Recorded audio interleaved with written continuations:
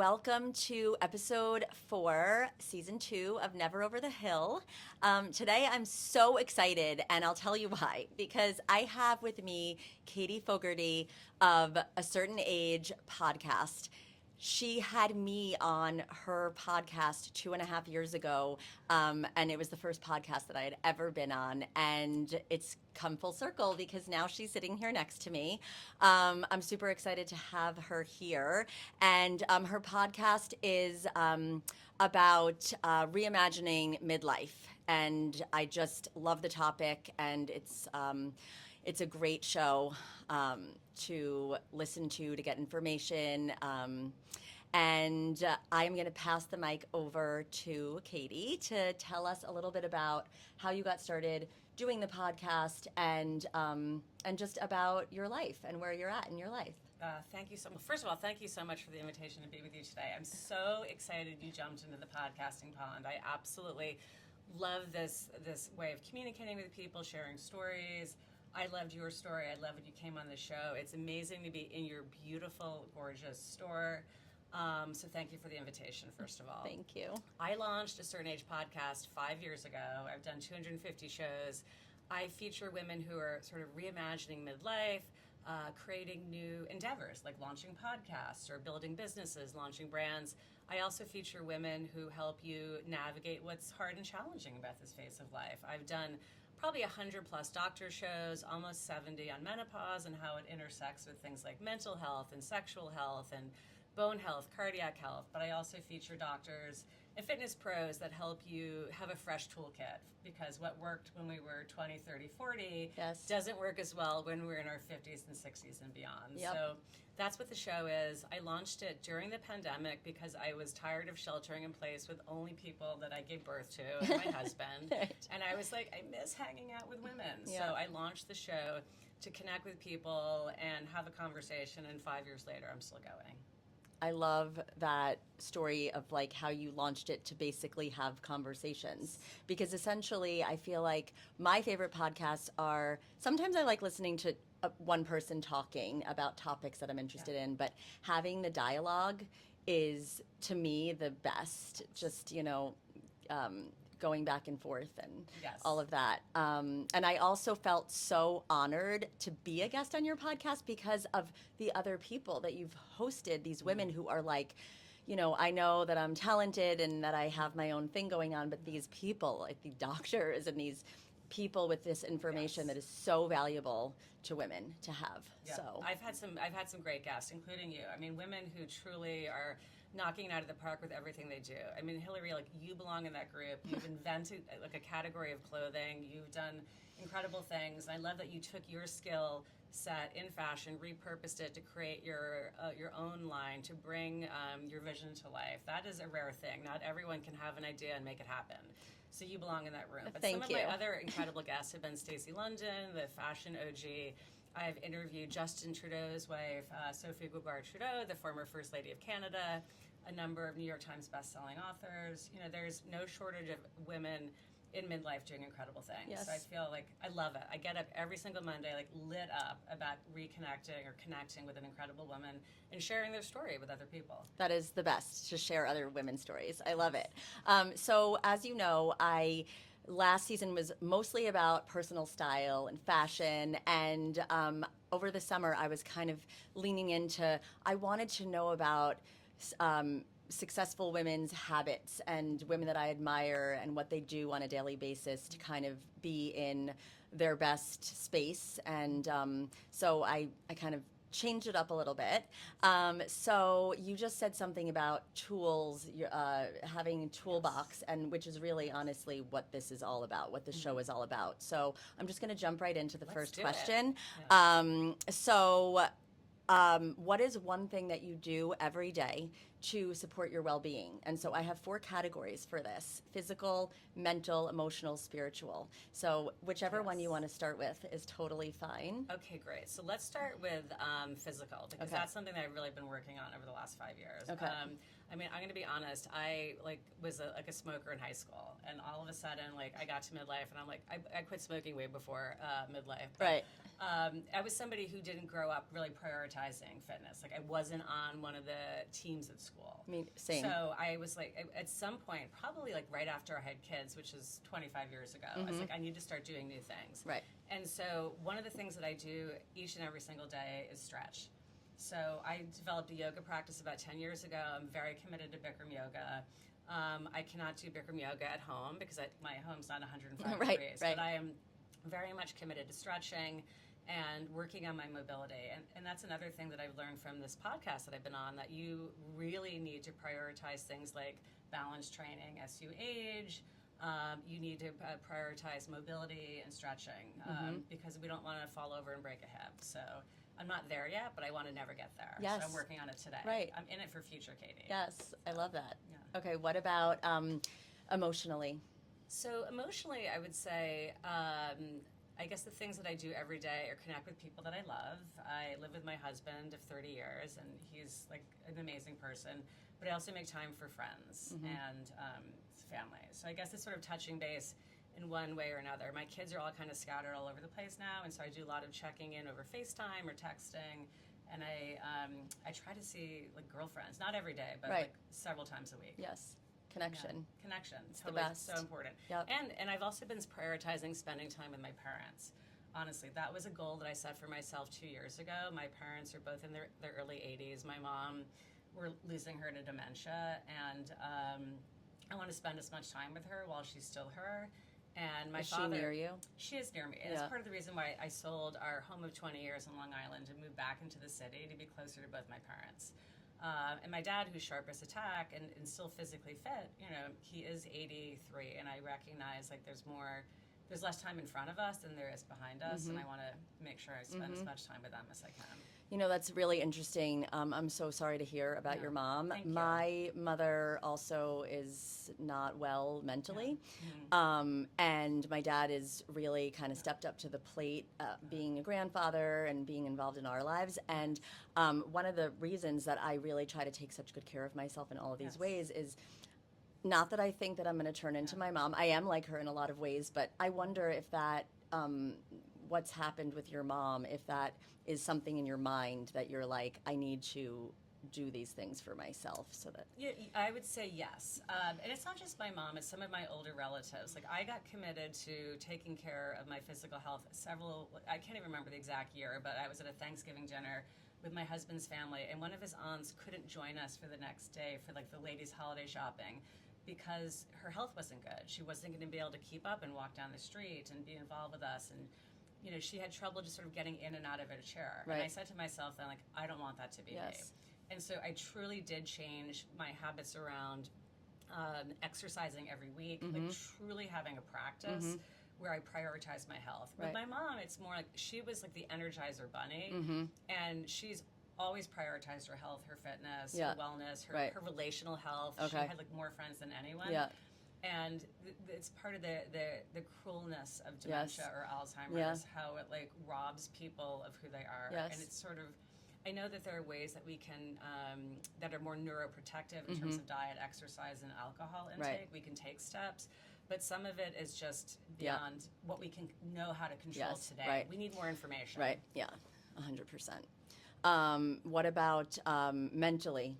Mental So health? mentally, I think that this is going to sound so unsexy because it is, but I'm a list maker.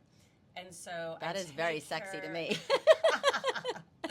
I take care of my mental health by handling what needs to be handled. Yeah. I think that's one of the secret sauces to becoming a grown-up and getting to a certain age is some shit you just need to do that you don't want to do. Yeah. And I really take care of my mental health by being clear about what needs to get handled and handling it so I can have peace of mind. So, super unsexy, but it works for me. And then I guess also for mental health, I do things that I know bring me joy. I will make it to a yoga class, or I will spend time with a book, or so those things help my mental well-being. Right, yeah. And then last, spiritually. You gave me a heads up that this was going to be on the list, and I thought, oh my God, I'm a lapsed Catholic who doesn't even know what I believe. But it doesn't any mean longer. religion. No, I know So what you yeah, mean. yeah, like So, at but all. Right, but it made me sort of stop and think. I'm like, wow, like, am I even doing something every day around taking care of that part of my person? And I think the answer is no. Like, I'm not doing something every day that's spiritual in nature. And I would love to hear from you, like, what maybe you're doing. I'm curious Well, about this because it made me realize, wow, that's definitely not something that I'm prioritizing right right. now. It's interesting because I think the word spirituality it can be triggering for people because I think a lot of people just connect it with religion, like going to church or going to temple or going to, but to me, I think like my spirituality is linked to being connected with like nature and the universe and the broader spectrum of like, we're not alone, we're not here for no reason, and that we kind of all have a purpose. And I actually feel like you've kind of found your purpose, Yes. and so I think that it doesn't have to be so. It's like I meditate every morning, and it connects me with like my inner, like world, and I feel like that's very spiritual because. It doesn't have to be that you're going to like a certain place to pray, or it doesn't even have to be prayer. It's just knowing that, sometimes I'm just like, I'm not paying enough attention to nature and to that we're all part of nature. So that's how I interpret it. Yeah, I love that reframe because, even as you said nature, it's just like something went off in my head. I had a wonderful guest on the show, Jen Pasteloff, who wrote the book Proof of Life. She's written a couple of books, but that's her most recent. And in that guest episode, she came on to talk about her practice of beauty hunting, how she looks for 5 things every day that she finds to be beautiful. Yeah. And it was such a great prompt because I know from interviewing other guests on the show that when we look for things, we tend to find them. Yep. So if we're looking for reasons to be upset or that the world is falling apart, we're definitely going to find that. Yep. There's a lot of evidence that the world is falling apart, but there can be also a lot of evidence that there's beauty in the world, there's kindness, there's all that stuff. So I've been doing that practice since she said that, and it's when you start it is so easy because you can find 5 beautiful things before you get out of bed. It's like the shaft of light coming in, or the fact that I can smell coffee that my husband got up and made, and I didn't have to. That's my love language. I said that on the last show. Like my husband bringing me coffee in bed is like you can do some other things that I don't like so much, but that's fine. That's like my thing that I Yeah, and so it's such a beautiful way to start the day to have a gift, like an offering delivered to you, and so. This practice of beauty hunting is just a wonderful way of, I guess, of being connected to something that on a spiritual plane. Yeah. And I hadn't even thought of it. So you are doing something. I am doing it. I guess I am doing it. So. Yep. I love that. Yeah. Okay, so I also talk a lot about routine versus ritual, and for me that just means like things that you do daily, and if there's anything that you do in your daily routine that you add like a little bit of a ritual to, so you make it a little bit more special. It could be like at bedtime, drinking your coffee in the morning, something like, do you have particular things in your routine that you ritualize? I think this is such a great distinction because if you think about ritual on its face, you might be thinking like, oh, am I lighting a candle and doing something, but like essential oils, and maybe I'm not. But the idea that, a routine is to have dinner every night, but the ritual is like I pick out pretty napkins. Like I love table linens. You might light a candle. Yes. So that's sort of elevating it through ritual. And I'm in the routine of doing Bikram or hot yoga several times a week, but for the ritual, it might be I like to arrive early, I like to lay on the mat, I like to do some breathing, and I like to think about one of the prompts that my yoga teacher gave me at one point, like, why are you here? Like, what's the word? What's a focus of your energy? And so that's the ritual part of it. So you can add that onto your routine. Yes. And I do that in different ways, but I don't have a great bedtime ritual. I'm usually like falling into bed exhausted, but it could be fun to think of adding that, How about you? Do you have like a ritual that you really... I mean, I like to write every morning. I have a journaling kind of ritual, and I do it like I get back in... my kids go to school. I come back to bed. My dog is next to me. I have my coffee. I have my lemon water. It feels really like something that's special for myself that I take the time to do. And then if I have time, I go straight upstairs to my little attic altar and I meditate. I remember you told me about that when you came on the show. And you also told me a great sort of meditation tool or like prompts that you listen to as well. Yeah. I still have not made meditation a part of my routine, although I've had so many people tell me it's transformed. Well, I have to transformative. say, my grandmother was a meditator her entire life, like Wow. way ahead of her time. And I would always try it in my life, and it honestly never stuck. I have a meditation teacher, and his name is Tony, and he is going to be a guest on the podcast. And I'm talking to him tomorrow. He lives in Portugal. He has been my rock in this because I need somebody to kind of guide me. So I speak to him every 40 days, and it's almost like a little therapy session, and then he gives me a new meditation. So it is extremely. I'm not going to say I couldn't sustain the practice if I did not have somebody supporting me in it. So maybe that's the step that you take, that's to a great have somebody idea. support you. But 'Cause I'm a big believer in accountability partners across all sorts of things. Yes. And I think that sometimes people think, or I have probably, that meditation is like a solitary exercise. Or you might do it in a class or group setting. But the idea that you would have like a partner who is helping you with the meditation that you're doing and that kind of check and knowing you're going to be reconnecting Yes. with Tony in 40 days. Yeah, Because I yeah. do that with other things, like Yeah. career, projects, Yes. but I haven't thought about it for that. Well, I think it's really important. Like, both of us are kind of solo. We have our own businesses, and I know that whenever I get to partner with somebody and talk about anything that I'm working on, I'm like excited again. It gives me Yes. energy. It like feeds into it. Yes. So I think that's that's important. I'm going to throw it to a little style question Let's right do now. it. Okay, so my favorite question from last season was, do you have a daily uniform? Ooh, I wish I did. I really wish I did because I think it would make life easier. Yeah. I see people who are always in the same thing, and I'm like shiny object syndrome. I'm Okay. like squirrel. I just like love Yeah. seeing different things, and I feel like I love so many different things. Right. I love like when I walk in here, I'm like, oh my god, I should be like running around on a beach with these amazing Right. clothes, and so I don't have a daily uniform, but I do love. I love color. I love pattern. I sort of love. I was like a Gen X 80s kid that went to an all-girls school, so there's like a vein of like preppiness that sort of runs through stuff. You can't shake even if you're doing it in different ways. Yeah. I don't know. Yeah. But do you have pieces that you reach for over and over again? Like, let's say you don't have like you're not wearing jeans and a white T-shirt every day, but do you have like pieces that you tend to, Yes, I tend to. I mean, I feel like I along with the rest of the world, have become more casual. So like, I love like a great, a pair of denim with like a blazer, like Okay. a structured blazer. Right. Like, I love a blazer. Yeah, I love a blazer so too. I have a lot of that stuff. Yeah. So that's kind of something that makes me always feel comfortable. And because, not in my podcast job, but I have a day job where I run a career coaching business, and I do a lot of workshops at organizations, like big corporate workshops. And when you're in front of a room, I like to be wearing something like bright and visual. Because sometimes you're on a stage and you need to be seen from the back of the room. Are there colors that like you love that you wear? I love the colors that you're wearing right now. But I think like for me, I tend to love kind of like a plum or like these Okay. sort of rich sort of fall colors, Right, almost like jewel tones? Jewel tones. Yeah. Exactly. That's what I was struggling for. Yeah, yeah. My brain is like, No, I need more coffee. What is that? There's like a whole category of colors. I forgot it. Jewel tones. Like jewel tones. Yeah. Like I love jewel tones. I mean, love. so for right now those it's who wearing are denim. not watching on YouTube, Yes. Katie's wearing a denim jacket that's really Right. cool with this cool collar, the like collar. floral. But see, like I feel like this Right. this color looks great on you. Yeah, The like thank denim you. blue and Like a brightens denim your blue, and I'm yeah. wearing like a Loden green. Yeah, those are great. Kind of corduroy trousers, because that's like the throwback to like the The 80s preppy. preppy thing. Yeah. I'm like, oh Yes. my god, you had me a corduroy. Right. Just like all these Yeah. things that. No, I mean- I would never wander around with like a Bermuda bag anymore. Like some of this, like some of that super crazy. I preppy totally would. stuff.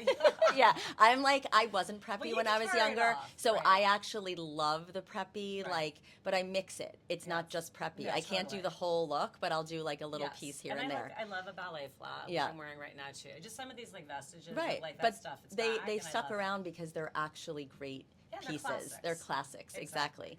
exactly. So do you dress for your mood, or do you dress like when you go to get dressed? Is it so you pick your clothes based on your mood, or you pick your clothes based on how you want to feel? I do both.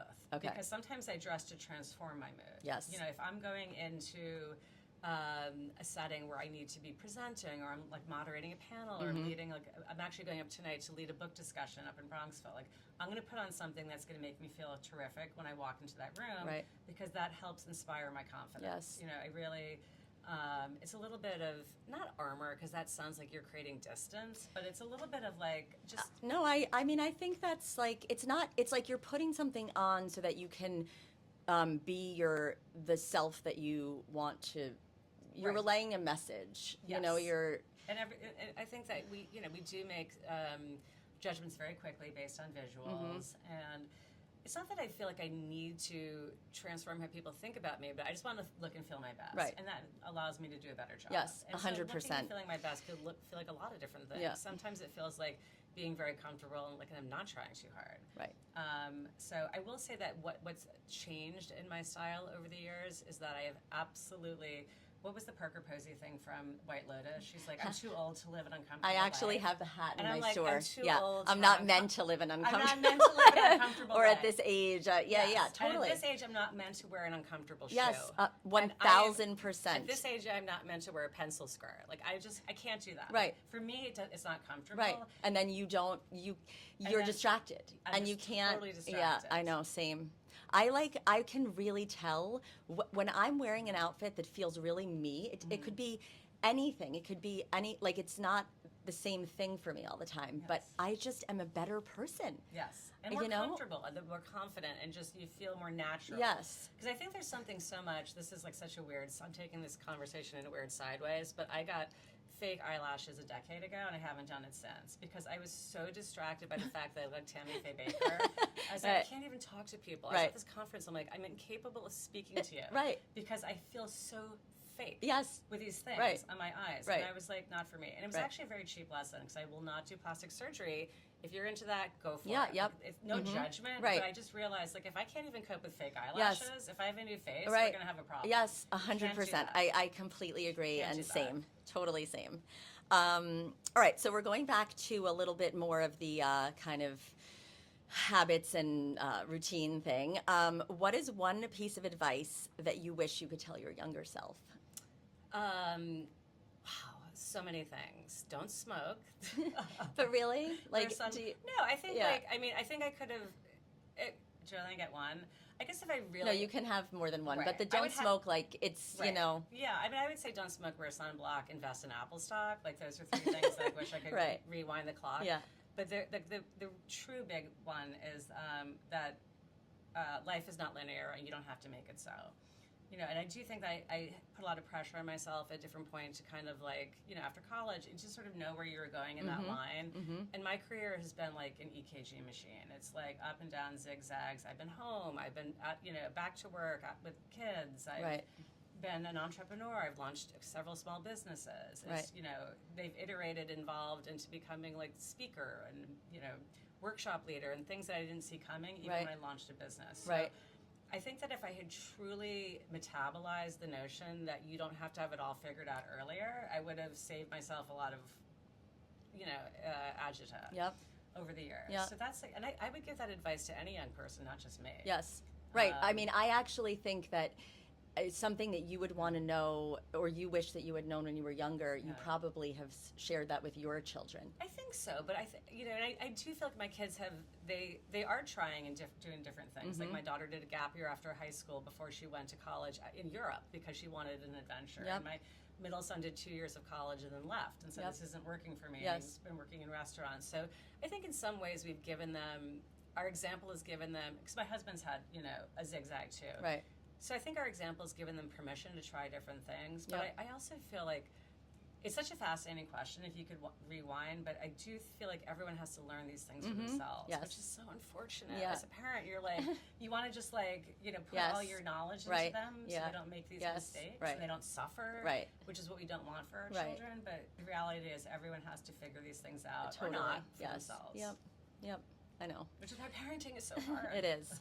But it's also very cool to see, them take you say like you can talk all you want at them, but really it's being like the example of not being so rigid in your own life to, Yes. and I think of life as like, it's not linear, it's almost a spiral. So like if it's circling, and when you turn it on its side and you look at it from like the side view, I don't know if this is making sense, right, but it's like, almost like a slinky. yeah, and sometimes you're going up and sometimes you're going down, but you're building it. You're still it's going. still, yeah, and Right. and all the things, all the circles that you have, all of your experiences, they're still building your life, and it's still like I don't know. Yeah, I totally get it. Like yeah. we're the sum of all of our experiences, Yes. and the trajectory is not always up, but Right. it's not always down, Right. and it's Yep. it's, so. Yeah. Okay, so what is one habit you would like to add to your life, and why? I have tried to add this, and I've been dropping it, but I really want to prioritize heavy weightlifting, and it doesn't have to be like big, iron, but I want to be better about building muscle in Okay. midlife. I realize I've seen that I've become less physically strong. As I'm 56, and I've become less physically strong. And I've interviewed so many doctors. I know it's really important, and I think it's just because my life is busy, and I love yoga, and I just tried bar 3, and I'm like, oh my god, I love this. I could do this. Right. And I don't really love that part of Right. physical. Do you have somebody who can like do it with you? I did it with a trainer for Yeah. 9 months, and Yeah. that was helpful because I just felt like, oh my gosh, I'm like spending this money, I'm going to do it, and then like life got busy and I allowed it. Right. So I really need to, for myself, recommit to doing this Right. in some way, because I know how important it is to take care of like your bone and muscle health. Right. Again, super unsexy, but I want to recommit to that Right. as a habit. And so, do you think like because I know when I commit to something, like doing it like a tiny, like little baby steps, just like, 5 minutes a day or Yes. something like that. I need to do something like that. I think Yeah. I need to find like the right app or Yeah. something where I'm just like, oh, I wake up and it's like these are these 6 little things Yes. that you're doing, Right. and then just if I can remove the thinking from it, because I'm pretty good. Like when I put something on my calendar, it gets done. Yeah. If I schedule it, it What gets sign done. are you again? I'm a Libra. A Libra. Yeah, Okay. but Yeah. is No. that a Libra thing or no? Libra is I feel like balance, about Right. balance, but I mean, we can't get into that because Okay. I'll go off on a tangent about astrology, and everyone loves astrology. yeah. It's a good tangent. I love using all the different things like human design, astrology, Enneagram, feng shui. I like using them all as just parts of, to understand somebody. But I'm not like a it's not like I read my horoscope and I'm like, it's so. You have your own. You're a Libra, but you're a lot more than just a Libra. So, I guess so. yeah. I think I'm on the 25th, so I think I'm like on near Virgo. I get confused. You are. I'm sometimes. a Virgo. You're a Virgo. But you're not. You're definitely in Libra camp. Okay. I think it's like the 21st or 22nd that it changes. It's the Interesting. 21st. Okay. What is one habit you would like to break, and why? And how will you do it? This is such a good question, honestly, because it really forced me to think. And I think one of the things, I don't know if I'm going to entirely break it, and I want to hear from you on this. but Okay. I have been coming to the conclusion that I really want to rethink and reimagining my drinking. Because I love wine, and sometimes it's good, and sometimes like, oh my gosh, maybe I had too much. But my interest is less that I feel like I have a problem, and more that I feel like I've had so many conversations with doctors around the science of alcohol and how it impacts us. And we talked about brain health and my mother, and I know that this is like one easy fix. And so I'm trying to decide, like, how do I want to move forward? Do I want to still have alcohol be a part of my life, but have it be like much more limited? Do I want to put some rules around it, which I haven't really done? Like, Right. or do I want to eliminate it altogether? Which I feel like there's parts of it that I love. So Right.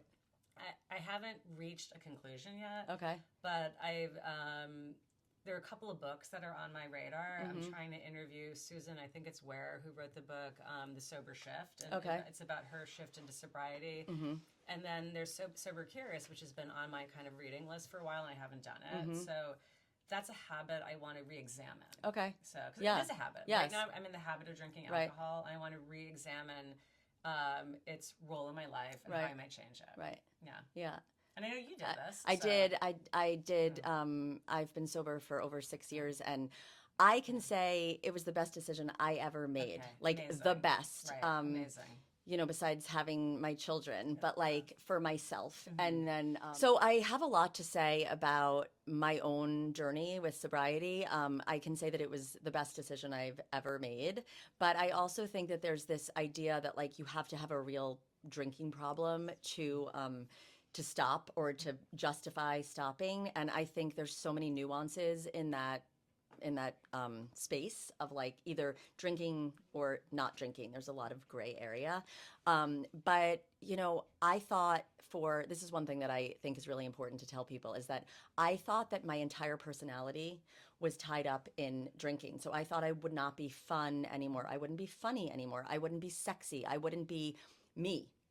And I can tell you with the utmost certainty that I am more me and I have more fun than I've ever had in my whole life, sober.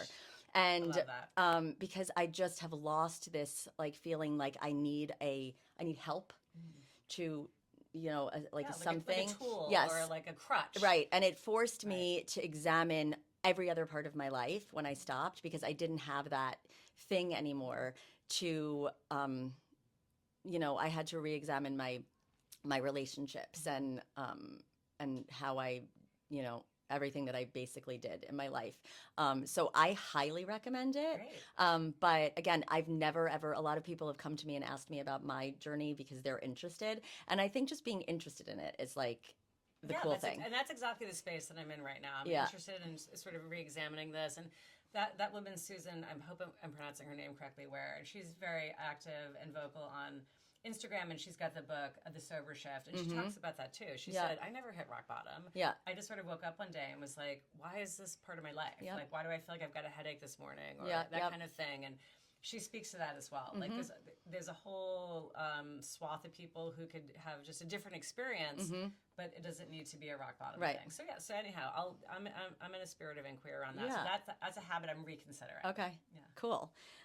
Okay, so also share a habit or something you used to do daily that you no longer do. So it could be like something a habit you wanted to break and you did, or something that you might want to even bring back into your life. Right. Well, I do not want to bring this back into my life, but I was a daily cigarette smoker for a period of time. I went to an all-girls school in Manhattan, like everyone smoked. I don't know, I think it was like one of the requirements. I'm only kidding. I mean, I grew up in I was in high school and college in the 90s, and we all smoked. Yeah, exactly. So I am really happy that that's not a daily habit that I have any longer. Right. Yeah. And so, yeah, it's funny. Like at one point, like my kids had never even seen like photos of me smoking, and then they found like an old one somewhere, and they almost fell over. Right. Because it's such a different world now. And this was like during a period of time, and my daughter used to like I was strict about her going out, or like we didn't want her drinking or doing different things, and she just thought I was like the biggest stick in the mud, and I was like, oh my god, well, okay, someday I'll tell you all the bad decisions I've ever made, and all the stupid things that I've ever done, but not till you're older. Right. So, it makes you more human though, and then like your kids can relate to you more. But I'm happy that that's a habit. That's not a daily habit. Totally. Okay, so now we're going to move on to the Finish This Sentence, which was totally inspired by you. Okay. Actually, I just want to say before we go into this part that starting a podcast for me, I'd always wanted to do it, and you were the real like inspiration behind me taking the leap. Like being on your podcast and having a really fun conversation was this moment for me where I was like, I think I can do this. Totally. And then I was on Harlan's Anyone can do this. Yes. So if this is like a long simmering dream, you can make it happen. Yes. Yeah. And it doesn't have to start so big. Like it can just be like a thing that you do for fun. Especially if you have a friend like my producer, Harlan, who can just help you with it. So it's so much fun. I love it. And you were also the inspiration for the Finish This Sentence because at the end of your podcast, the question is, as I age, I blank. I feel blank. Yes. And I looked back at mine and it was, I feel more myself. I love that. Yeah. That's such a great way to feel. I mean, that's the goal. Yeah. That's the goal, to be integrated, to feel like yourself. Right. And nice. Okay. Let's do this. So, okay. When I wake up in the morning, I open my eyes and... I used to do 3 things I'm grateful for, but now I've been trying to do 5 deep breaths.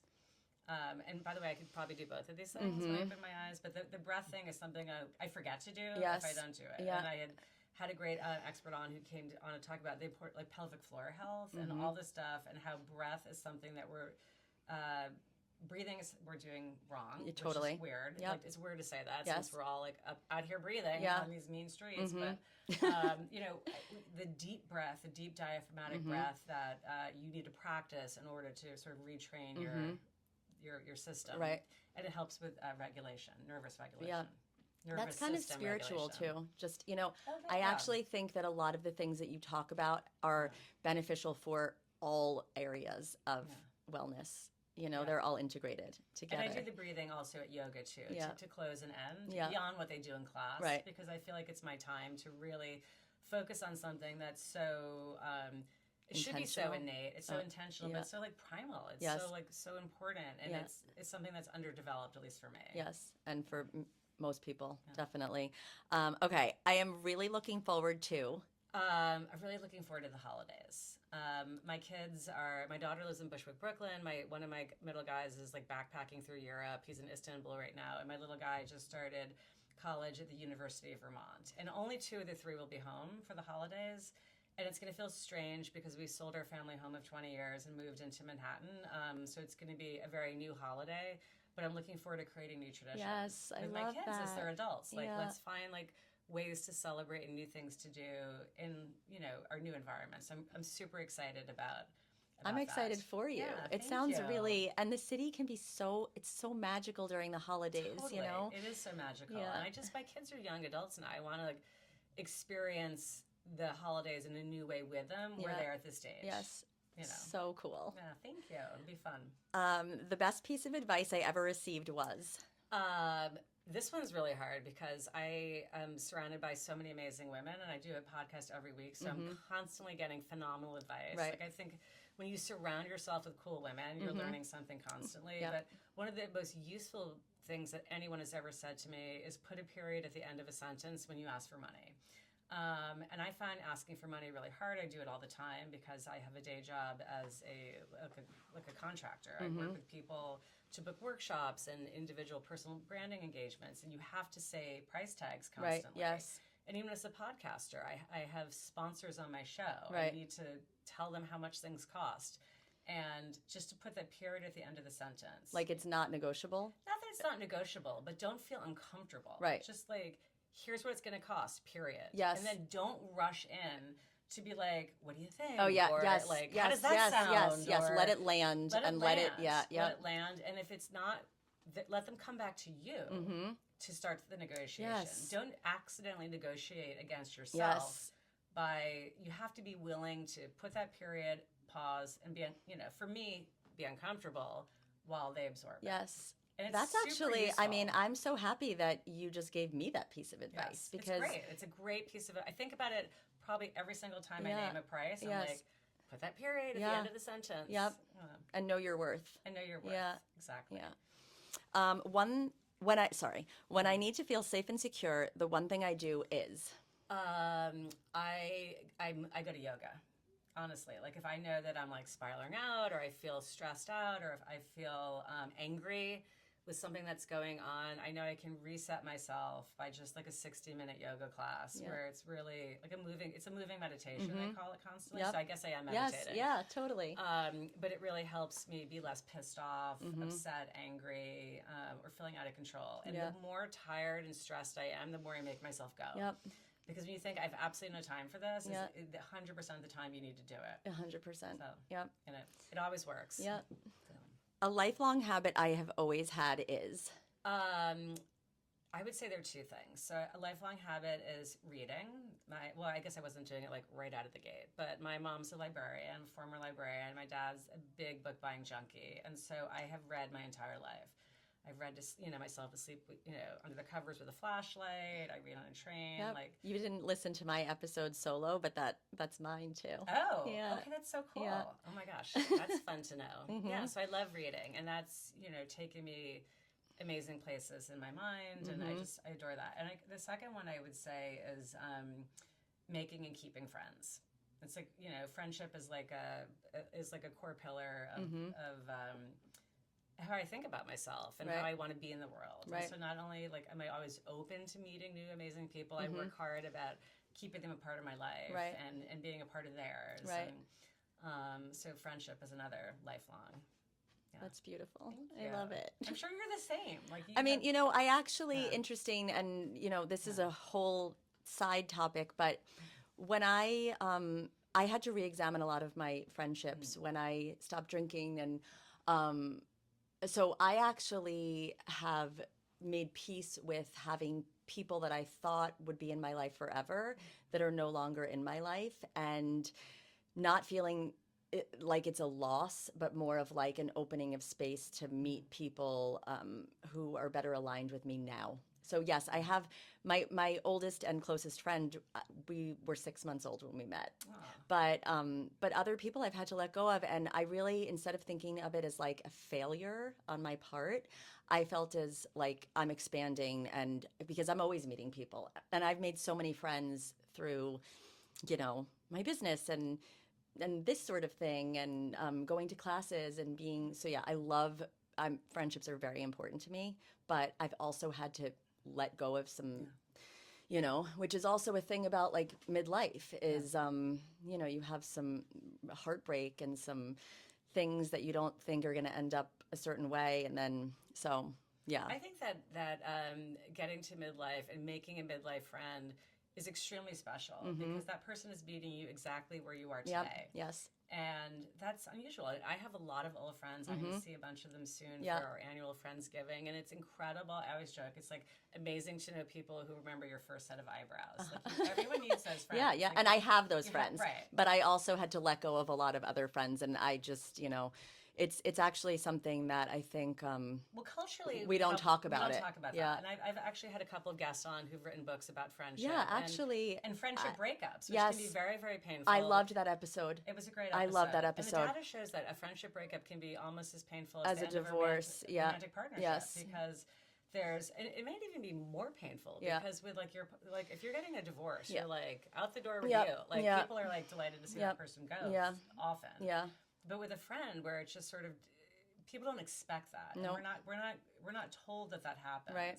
And there are no tools for it. And No if you're tools. getting a divorce, people are either sympathetic or they're empathetic. Right. But when you're friendship, it's hard to be like, oh my God, my I know. heart feels bruised. No, I honestly went through like a 3-year long ending of friendship during the last 6 years, and it was really, I still, I'm okay, but I still do cry sometimes, There's and grief it's involved a with lot. It that we don't culturally expect. Yes. You know. I actually feel like we could go on and on and on, but I do want to give you the opportunity to just tell everybody where to find your podcast Thank and you. anything else that you want to add in. Thank you so much. First of all, this has been so phenomenally fun. I'm so glad that you asked me and invited me onto the show. It's truly such a treat to be with you. So my podcast is called A Certain Age.